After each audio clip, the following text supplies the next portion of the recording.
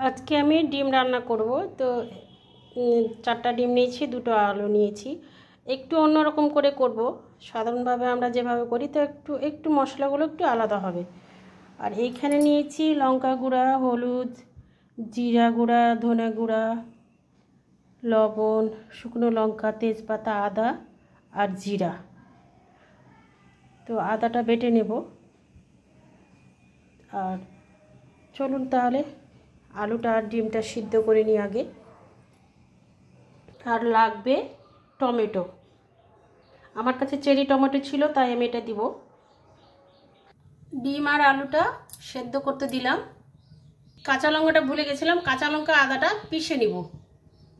ডিম আলুটা ভেজে তুলে নিব, ডিম একটু হলুদ নিয়ে ভেজে নিচ্ছি, দিয়ে আলুটা ভেজে নিব।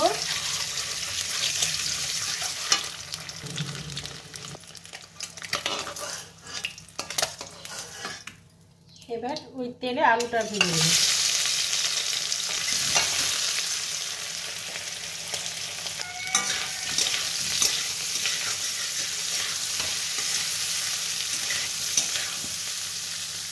এবার কড়াইতে একটু তেল দিব।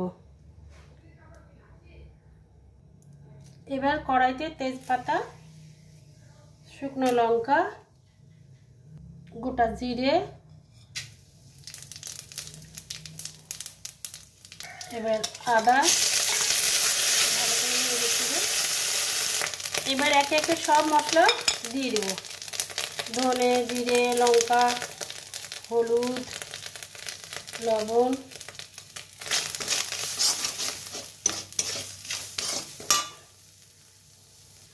মশলাগুলোকে ভালো করে ভেজে নিব। সামান্য একটু জল দেব কষানোর জন্য।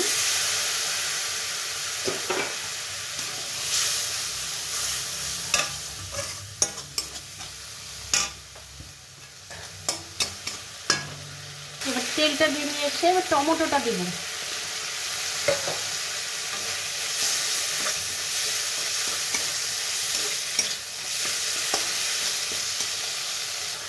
এবার আলুটা দিয়ে দিব।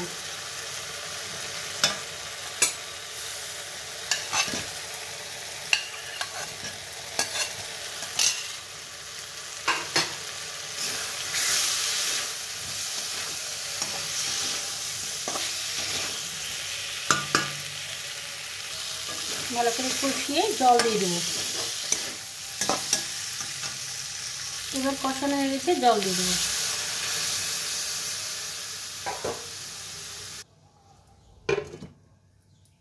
এইটা ডিমটা দিয়ে দেবো।